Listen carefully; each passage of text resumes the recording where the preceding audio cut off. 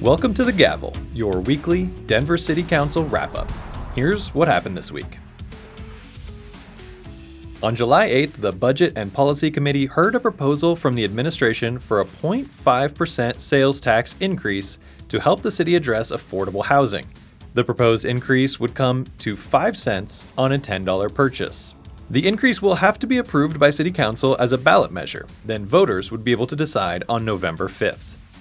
A study found that 39% of people living in Denver are spending much of their money on housing. This causes people to move out of the city, displaces people from the communities they work in, and makes it harder for businesses to retain employees. Housing costs are the top reason for homelessness. We'll have about a 44,000 unit gap in the next 10 years. And with our current city resources, we're on track to create about 19,000 or serve 19,000 households over the next 10 years. So that leaves us with a gap of about 25,000 units. And so what we know is our supply isn't really keeping pace with the demand of our city.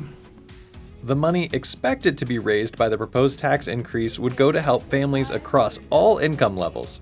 The Department of Housing Stability wants to focus on vouchers, subsidies, ADUs, loans, and down payment assistance, among other strategies. Legislation may be introduced in the coming weeks. On July 8th, City Council moved forward a ballot measure that would allow for collective bargaining for Denver workers. Council heard testimony from a variety of speakers on their experience with collective bargaining. We believe that collective bargaining is a fundamental human right. The United Nations actually agrees with us on that front. And we believe it is past time that Denver's workers, all of them, have access to that fundamental human right. Sponsored by 10 members of council, collective bargaining could help to ensure equal pay, strong benefits, promotions, and working conditions for all eligible employees.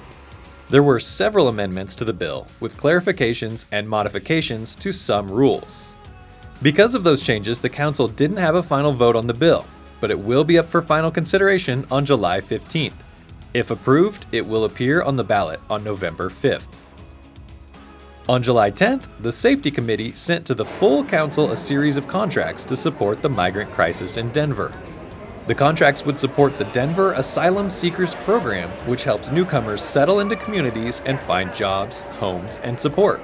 They'll also help to manage RTD passes, food, and cash assistance. And so this program is designed to ensure stability for those families and individuals, and also to assist newcomers in integrating into our communities, as well as capitalizing on the time that those folks need to wait for work permits in order to upskill.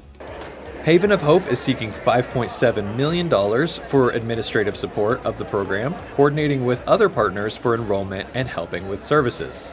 Vive and Papagayo will have contracts worth about $11 million to provide for rental and utilities assistance for the Asylum Seekers Program. The money will help about 300 households at a time to get rental units, sign a lease, get moved in, and furnish the home. They'll also provide case management related to housing. There are a number of other programs already passed or in the works that would further help newcomers in Denver. Also this week, on July 8th, City Council approved letting voters approve the Ballpark General Improvement District in the November election. The district would allow community members to organize to create a collective voice in the neighborhood to grow a healthy economy and ensure Ballpark is a safe and welcoming community.